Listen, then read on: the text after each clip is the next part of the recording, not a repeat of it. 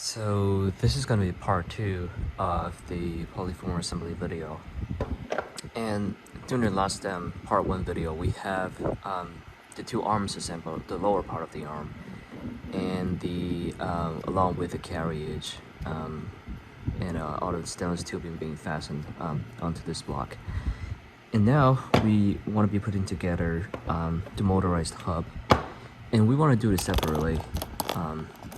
So first, what we want to do is making sure that all key set inserts are in place as marked as you see in a video, as well as the 4 over on the other side. Now we want to make sure that the cam gear has been already installed on the stepper motor. You want to be hammered this in using some kind of tube. In this case, I'm using just a bearing stacked, a couple of bearings stacked to each other to create enough amount of space for it to be hammered in. Let's see. Now we want to do. Let's put this in.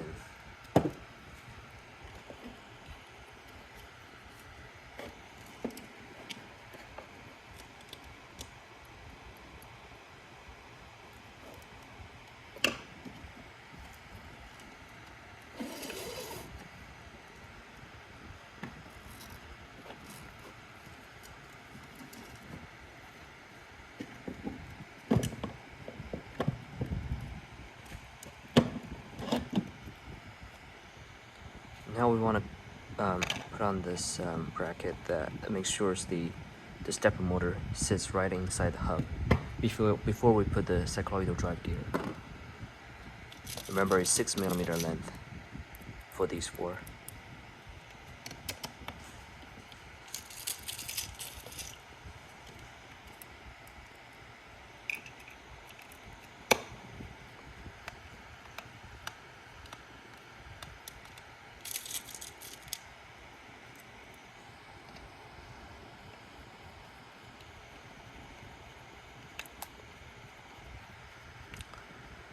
Oh, by the way, for the cam gear, they do have a small notch on one of the corners.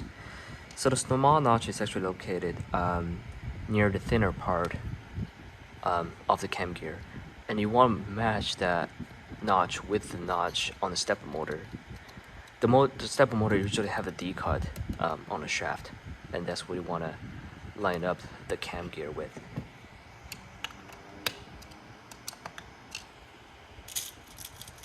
And we want to be using the same screws for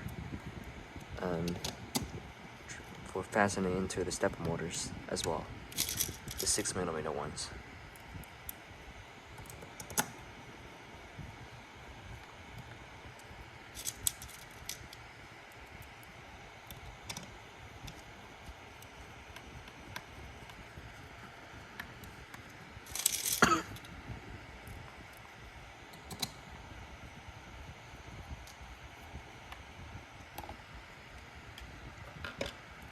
And then we drop this cam gear, the larger cam gear, on the top of the stepper motor. And then we want to drop this one. So this one has the screw nut sitting inside those hexagon-shaped holes with the 12mm screws, with 12mm screws going, across, being fastened onto the hex screws, and those are serving as the I don't know what's it called before you put the larger gear, the secondary gear in, and they also have couple, actually 4 threaded insert on top. And after you put that in, you wanna cap everything with the screw cap. And the screw cap actually goes in the counterclockwise direction, unlike what other, most screws work. Most screws you turn them clockwise, but this one you turn them counterclockwise. The reason being that this guy, when it works, it spins on this direction. So if we were to put the cap on, if we were to design the cap so that it spins itself out in the counterclockwise direction, as the spindle spins, it automatically loosens the cap. We don't want that to happen. So we want it, as the spindle works, it it secures the cap even more, so that there's no way that it will get loosened as it works. So the next step, we want to be putting this guy threaded onto the brass threaded inserts. And for that, we want to be using, let me see which type of screw. So I didn't specify the length of the screws in the CAD because I never drew them, but one way to find out is just to see if the screws protrude after you put the screws in. Does it have enough length protruding out? They should usually have about 2mm to 4mm length, because the threaded inserts are 4mm in depth.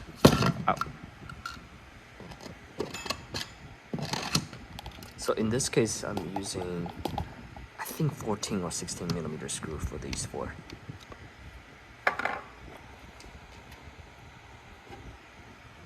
me measure them real quick.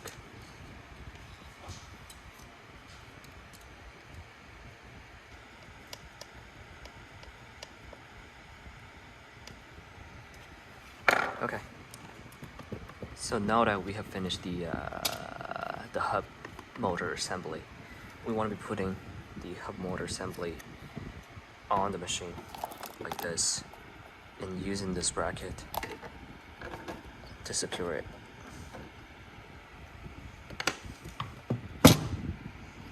So the screw for those are gonna be, let me see.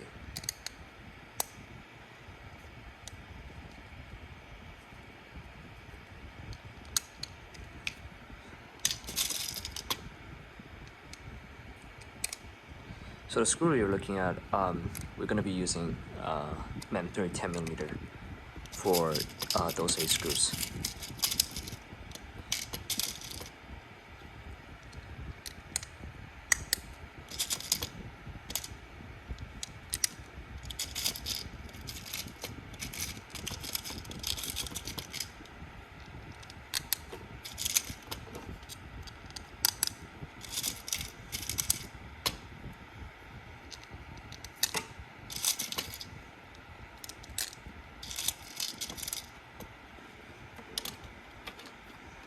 So you want to slide that in before you put on the bracket, like this.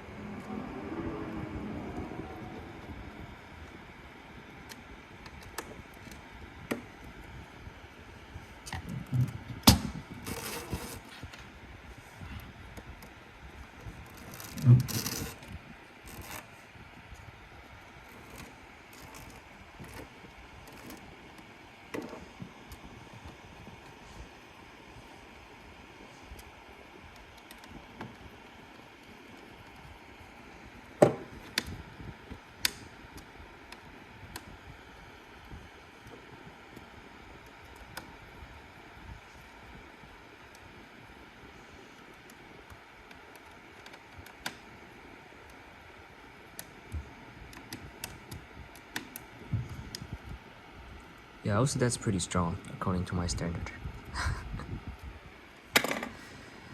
Alright, so the last piece we're gonna be putting it in is the other side of the arm. So let me see, I think we'll be using still 12mm screw for this one. This is the last piece. It's gonna be the left side of the upper arm.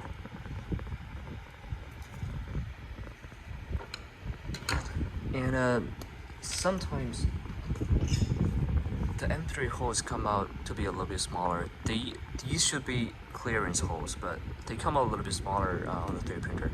So it's a good idea to get a about 3mm or 3.2mm drill bits, then to drill them out a little bit. It helps with the assembly.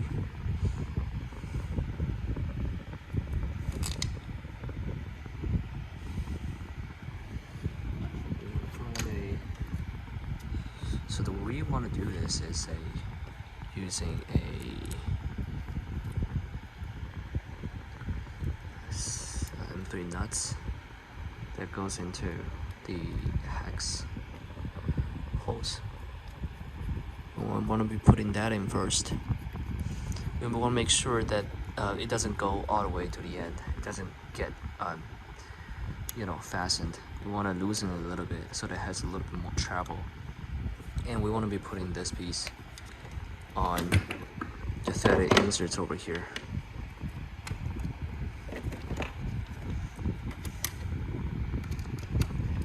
Then we fasten it. And now it still has some room of movement, so that I can rotate.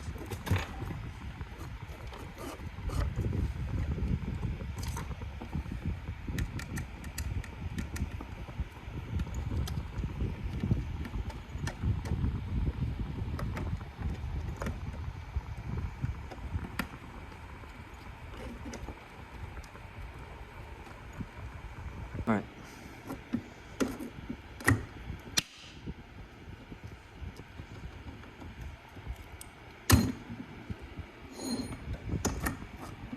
That's pretty much done.